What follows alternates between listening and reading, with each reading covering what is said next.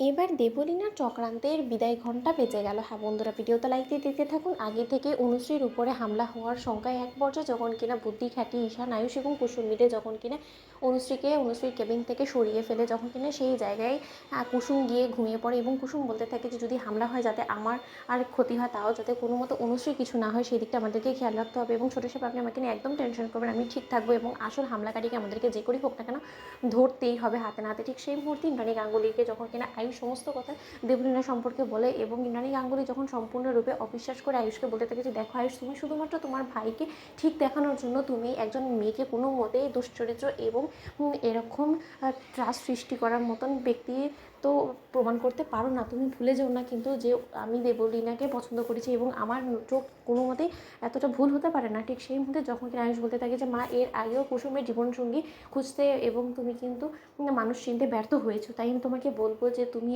দেবলীনার উপরে অন্ধের মতন ভরসা করে তুমি যে বড় ভুল করেছো সেটা আমি আজকে তোমাকে হাতে নাতে প্রমাণ করে দেবো। তুমি দেখিনি, তুমি শুধু কয়েকটা মিনিট অপেক্ষা করো, কারণ আমার কুসুম এবং ঈশানের দীর্ঘ বিশ্বাস যে যেহেতু অনুশ্রীর কারণে আজকে দেবলীনার সেই প্ল্যান সাকসেসফুল হতে ব্যর্থ হয়েছে এবং দেবলীনা কোনো মতেই এতে করে হাতে হাত দিয়ে বসে থাকবে না এবং দেবলীনা ওর লোক দিয়ে নির্ঘাত অনুশ্রীর উপরে হামলা করানোর একটা চেষ্টা করবে, যেরকমটা কিনা আগেরবার হসপিটালে আমার উপরে দেবলীনা হামলা করানোর চেষ্টা করেছিল এবং ঠিক সময় মতন সেখানে কুসুম চলে আসে। হামলাকারী কোনো মতে আমার কোনো রকম কোনো ক্ষতি করতে পারেনি। ঠিক সেই মুহূর্তে ইন্দ্রাণী বলতে থাকে যে তোমার উপরে হামলা হয়েছিল এই সমস্ত কিছু আমি তো জানি না। ঠিক সেই মুহূর্তে আয়ুষ বলতে থাকে যে মা, অনেক কিছু তো তুমি জানো না, কিন্তু আস্তে আস্তে আজকে সমস্ত কিছু সত্যের উপর থেকে পর্দা উঠবে, তুমি দেখে নিও। ঠিক সেই মুহূর্তে রাতের অন্ধকারের সুযোগটাকে কাজে লাগিয়ে যখন কিনা ছত্রবেশ ধারণ করে সেখানে রওশন ঢুকে পড়ে এবং রওশন যখন কিনা কুসুমকে অনুশ্রী ভেবে যখন কিনা এলোপাতাড়ি ছুরি আঘাত করতে থাকে এবং তার আগেই যখন কিনা সেখানে ফেক একটা ব্লাড ব্যাগ রেখে দেওয়া হয় এবং তার পরের মুহূর্তে অনবরত রক্ত বেরোতে দেখা মাত্র রওশন বলতে থাকে যে ইয়েস, আমি আমার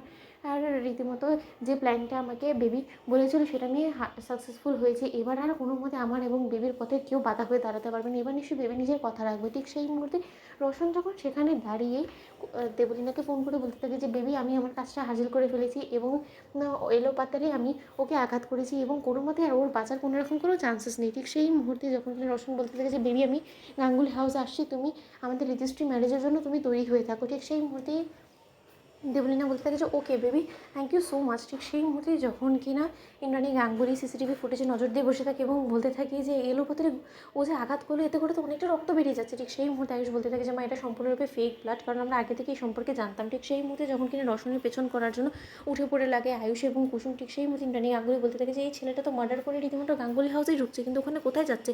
ঠিক সেই মুহূর্তে আয়ুষ বলতে থাকে যে দেবলীনার সঙ্গে দেখা করার জন্য, কারণ ওর নাম রওশন। তো বন্ধুরা, লাইক কমেন্ট শেয়ার করে সাবস্ক্রাইব করতে ভুলো না।